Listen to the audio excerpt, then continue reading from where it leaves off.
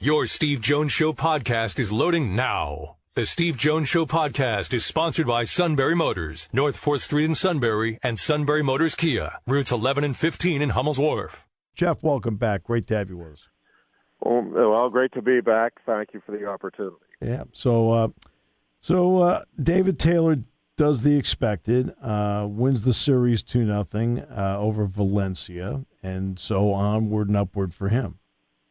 Yeah, and I think David really looked good, Steve. I know Valencia, that first match was competitive and close score-wise, but I think David really got a nice feel for what he wanted to do after that first match and the second one, and you saw him really get his offense going in that first period. It took him a while then to get the second takedown, had a couple of good opportunities, but Valencia is really, really good. I mean, he's a different level guy, but, David, I think right now is one of 3 or 4 guys on the U.S. team that are just a whole nother world of good right now, and David is just wrestling as well as he's ever wrestled. Yeah, he won 10-0 to win the series 2-0. And then Kyle Dake is still there, and he's still a roadblock for Jason Nolf. I think that's fair to say. And Nolf wrestled in tough. I mean, you were talking about 2-1. Yeah, and I really thought Jason, in both of those matches, Jason wrestled really good matches and really gave Kyle a run for his money. He had the only takedown in that first match, even though he lost 4-2, but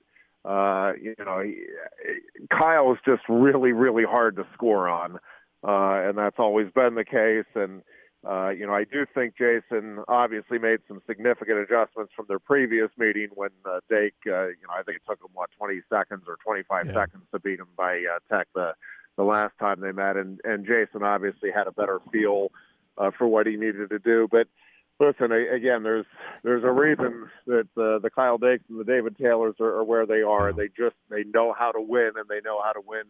They know how to open it up if they can, but they also know how to win those close ones. And on one hand, I think if you're Jason, you're saying, "Oh man, I'm this close." On the other hand, if you're Dake, you're saying, "No, I have all of these guys in the field. I just know how to win it."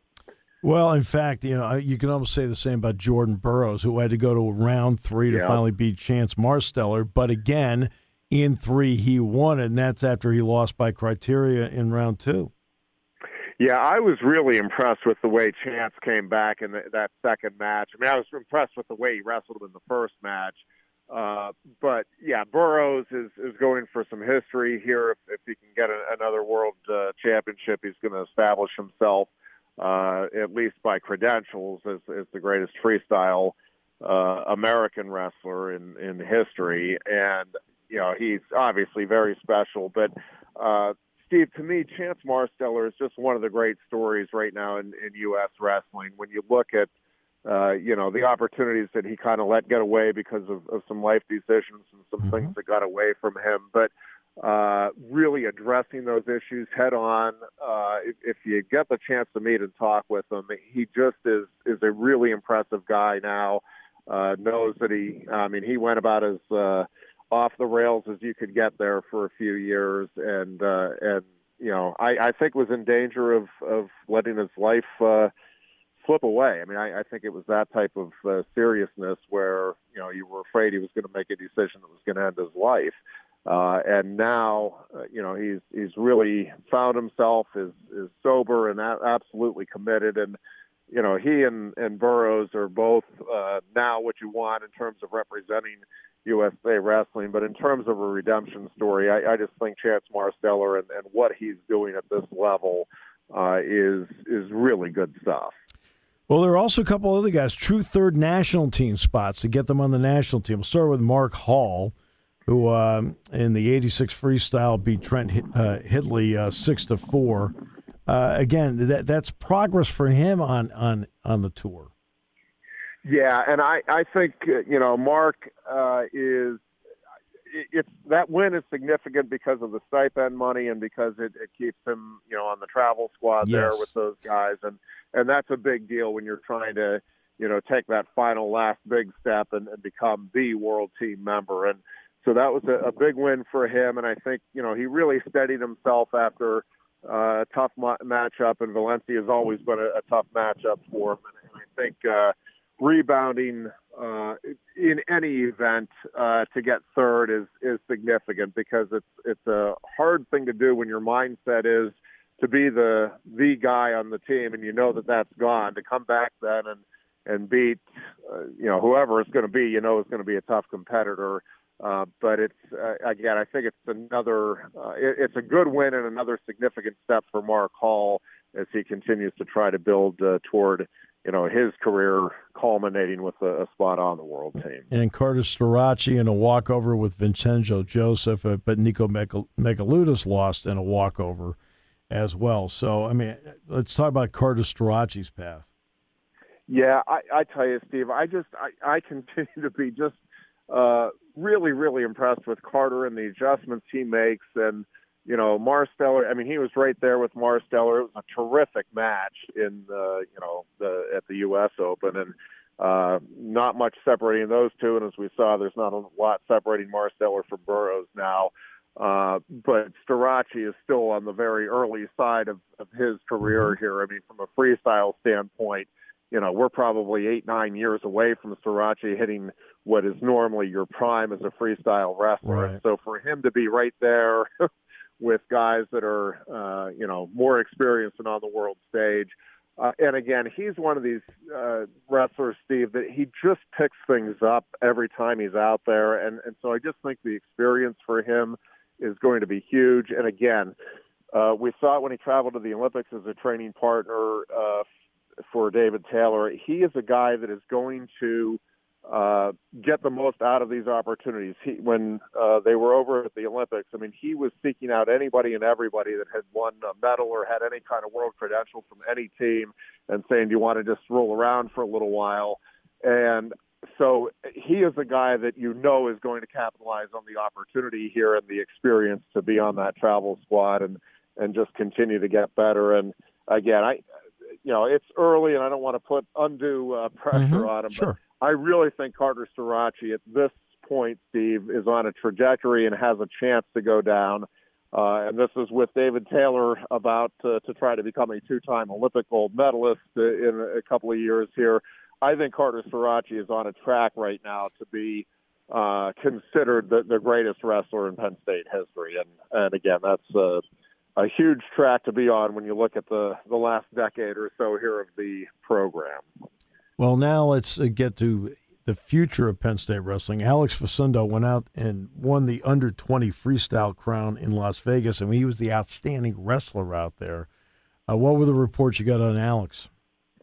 Yeah, Steve, he's another guy that he has that offensive mindset that you want and you love to see. And he's one of those guys that, kind of like David Taylor, that the freestyle and folk style just easily transitions because he's just a takedown master and he's just so offensive oriented and fun to watch.